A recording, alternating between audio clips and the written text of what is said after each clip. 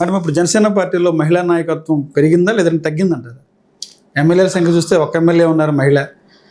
Nominated పోస్టులో చూస్తే కూడా మహిళా శాతం చాలా తక్కువగా ఉంది. అదే కూటమి పార్టీలో కూడా కష్టపడినటువంటి జన సైనికులు చాలా మంది పదవులు కూడా చాలా అసంతృప్తిగా ఉన్నారు. ఆఫ్ కోర్స్ సార్, ఇవన్నీ నిజంగానే ఎవరు బయటికి పోరు, మీరు ఎన్ని చెప్పినా ఎవరు బయటికి పోరు. బయటికి పోవడం అనే కాదు, అసంతృప్తిగా ఉన్నారు. కనీసం పార్టీలో కష్టపడిన వ్యక్తి గుర్తింపిస్తా అన్నారు పవన్ కళ్యాణ్ గారు. ఎన్నికల ముందు చెప్పారు, వేరే మహిళలకు చాలా పూలు అన్నారు, చాలా రకరకాలుగా చెప్పారు. మీరు కష్టపడిన వాళ్ళకి కనీసం ఈ రోజు కష్టపడిన వాళ్ళకి పదవులు లేకుండా అసంతృప్తితో ఉన్నారు. 100% అధికారం వచ్చిన తర్వాత ఎవరికైనా ఒక గుర్తింపు అనేది కోరుకుంటారు.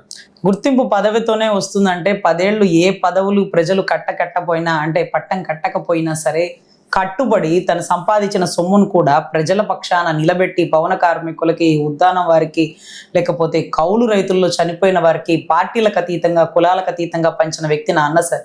ఈరోజు ఆల్చిప్పలో పడిన ప్రతి నీరు ముత్యమైపోదు సార్. ఆయన వేచి చూస్తున్నాడు, ఎవరు ముత్యాలు ఎవరు ఆల్చిప్పల్లాగా బయటికి వెళ్ళిపోతారు, వానచనుకుల్లాగా మిగిలిపోతారని చూస్తున్నారు. ఎందుకంటే ఒక మనిషి క్రమశిక్షణ ఓర్పుని ఆయన పరీక్షిస్తారు. ప్రజలు ఆయన్ని పరీక్షించకే కదా ఆయన పాస్ చేసి ఈరోజు డిప్యూటీ సీఎం హోదాలో కూర్చోబెట్టింది. 10 ఏళ్ళు ఎదురు చూస్తున్నాడు, 2 సంవత్సరాలు 2 చోట్ల ఓడిపోయినారు, చాలా ఇబ్బందులు పడ్డాడు, అవమానాలు పడ్డారు, కుటుంబాన్ని రోడ్డుకి లాగారు, అయినా సరే నిలబడ్డాడు. అలాగా అందరూ నిలబడాలి కదా సార్. ఇప్పుడు పదవులు రాలేదు వాస్తవమే, పని చేసిన వాడికి లేకపోతే గుర్తింపు లేదు. మరి ఆయన అంతకంటే ఎక్కువ పని చేసినాడు కదా, ఆయన ప్రజలు గుర్తించకపోయినా ఆయన పని చేశారా లేదా? సో మేము కూడా మా పార్టీ వారికి కూడా మేము చెప్తున్నాము, మీరు చూస్తే శ్రీకాళహస్తి చూస్తే కొట్టయ్య సాయికి మంచి పదవి వచ్చింది సార్. ఆన్ స్పాట్లో అతను అయితే అసలు నిజంగా ఏ పదవికి కూడా అప్లై చేయలే. అతను అడిగినాడు, అదేంటిది నాగబాబు గారి ముందు, నేను అప్లై చేయండి సాయి గారు, ఏదో ఒక దానికి పెట్టండి అంటే పెట్టచ్చా మేడం, ఏమనుకుంటారు వాళ్ళు అన్నారు.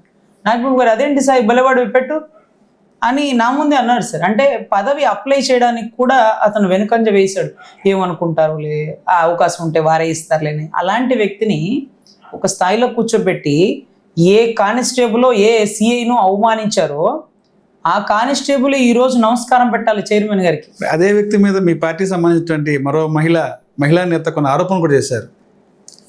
నేను అక్రమ కేసులో ఇరుక్కోవడానికి గల కారణం ఈసాయి అని చెప్పి కూడా ఎవరెవరు వినూత కోట సంబంధించి ఆధారాలతో బయటపెడతాను త్వరలోనే అని చెప్పి కష్టపడిన వాళ్ళకి పార్టీలో పదవులు లేకుండా సరే కేసులు రావడానికి కూడా కారణం సాయి అని చెప్పి కూడా ఆవిడ డైరెక్ట్ ప్రస్తుతం మాట్లాడారు. అవును సార్, ఆవిడ కేసులో ఇరుక్కున్నారు, ఓకే, ఆవిడ బాధపడుతున్నారు, ఆవిడకి రావాల్సిన పదవి ఏమో అదని. కానీ కొట్టయ్య సాయి మాత్రం చాలా హానెస్ట్ నిజాయితీ పరుడు సార్. అతనితో ఎప్పుడు మేము మాట్లాడలేదు, బట్ ఆ మనిషి ఔన్నత్యం మేము చూసినాం.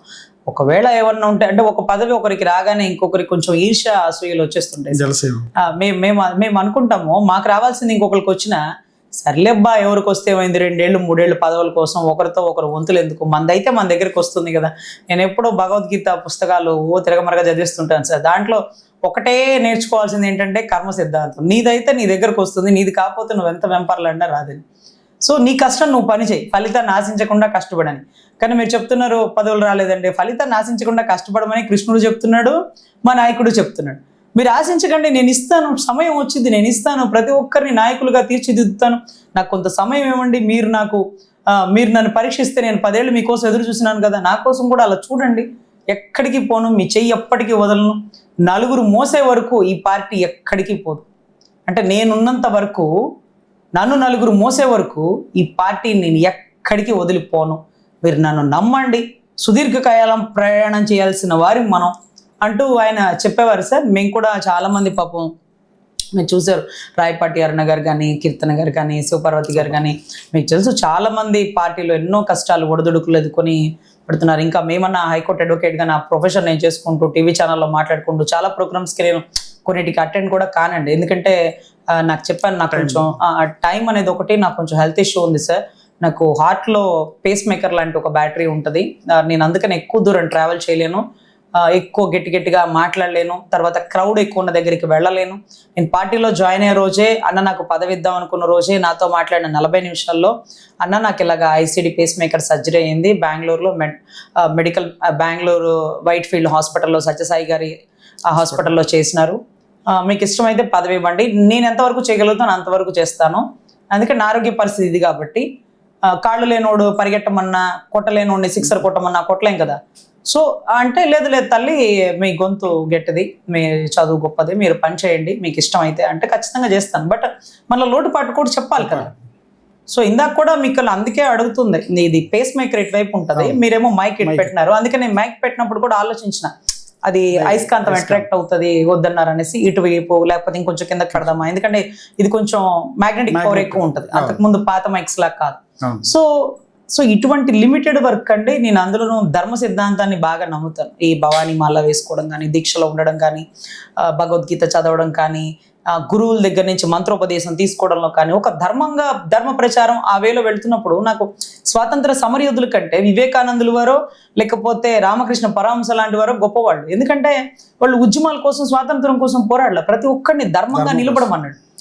అతని ధర్మం అతను నిర్వహిస్తే ఎవరికి ఏ ఇబ్బంది ఉండదండి. ఇప్పుడు వివేకానంద రెడ్డి మరి మర్డర్ కేసులో సిఐ శంకరయ్య గారు నిజాయితీగా ఉంటే కేసు అయిపోవును. పిఏ కృష్ణారెడ్డి గారు ఆయన ఉద్యోగ ధర్మం, ఆయన నిజాయితీగా ఉంటే అయిపోను. అదే శంకర్ ఈ రోజున సీఎం గారు కూడా నోటీస్ పంపించారు. అవును సార్, సీఎం గారికి నోటీస్ పంపించినట్టు 1,45,00,000 డిఫార్మేషన్ ఇస్తున్నారు. దొంగలు పడ్డ 6 నెలలకి కుక్కలు మురిగినట్టు. అవసరమా? ఇప్పుడు రక్తం మడుగులతో పడుంటే కనీసం పంచనామా కూడా చేయకుండా బాడీని తరలించడం ఏంటి? 174 సస్పీషియస్ డెత్ కట్టకపోవడం ఏంటి? అసలు ఆ రూమ్ని కాదు సార్, ఆ ఇంటిని కదా గేట్ సీల్ చేయాలి. ఎందుకంటే వెంట్రుక కానీ, గోర్లు కానీ, ఇంకా బట్టలకు సంబంధించిన స్మెల్ కానీ, ఇవన్నీ కూడా డాగ్ స్క్వాడ్ వచ్చే వరకు సీజర్ ఐటమ్స్ అనమాట. అందులో అతను కీలక నేత, రాజకీయవేత్త. సో అట్లాంటి వ్యక్తికి ఇబ్బంది జరిగినప్పుడు వీళ్ళిద్దరు నిజాయితీ అంటే ఇద్దరు వారి ధర్మాన్ని నిర్వహించుంటే, ఫలితాన్ని ఆశించకుండా పనిచేసి ఉంటే, కర్మ సిద్ధాంతాన్ని నమ్మి ఉంటే, కర్మ సిద్ధాంతం ఎందుకన్నానంటే వాడు చంపేస్తాడు అంటాడు. అరే నీకు చావు రాసి పెట్టుంటే వాడి చేతిలో పోతావు, మనం ఏం చేయగలం? నీకు చావు రాసి పెట్టి లేదనుకో, వాడు చంపాలనుకున్నా చంపలేడు, నీ ఆయుష్ ఉంటుంది ఇంకా. సో ఇంత ఇదిగా ధైర్యం చెయ్యాలి అంటే ధర్మాన్ని నమ్ముకోవాలి. సో దానికోసం నేను ఎప్పుడు భగవద్గీత గురించో లేకపోతే నా డిబేట్లో మధ్యలో కృష్ణుడి గురించో, గీతోపదేశం గురించో పని చేయండి, ఫలితాన్ని కృష్ణుడికి వదిలేయండి, ఫలితాన్ని అది సార్. ఇప్పుడు కూడా మేము జన సైనికులకి, కార్యకర్తలకు ఒకటే చెప్తున్నాము, అన్న ఖచ్చితంగా ప్రతి ఒక్క వ్యక్తి కష్టాన్ని గుర్తిస్తాడు. పదవులు రావడం లేట్ అవుతుందేమో కానీ రావడం పక్క. ధర్మ సిద్ధాంతాన్ని మనం నమ్ముకుందాం. ఆయన్ని 10 ఏళ్ళు మనం పరీక్షించాం, ఆయన మనల్ని ఎన్నేళ్ళు పరీక్షిస్తాడో వేచి చూద్దాం. నిరాయితీగా నిలబడదాం, ఆల్చిప్పలో నీటి చుక్కల్లా కాకుండా ముత్యాల్లాగా నిలబడి అన్నకు ఒక మంచి మాల కట్టడానికి మనం ఒక అవకాశం అవుదాం. సో దయచేసి పదవులు రాలేదని పార్టీలో లేనిపోని గొడవలు రేపకండి, మనం ఓర్పుగా ఉందాం. పదవి వచ్చిన వారితో పని చేయించుకుందాం. ఇప్పుడు ఎవరో ఒకరికి వచ్చింది పదవి, వాళ్ళతో పని ఇప్పుడు మహిళా కమిషన్ చైర్పర్సన్ ఉంది సార్, ఆవిడకి ఇచ్చినారు, రాయపాటి శైలజ గారికి ఇచ్చినారు.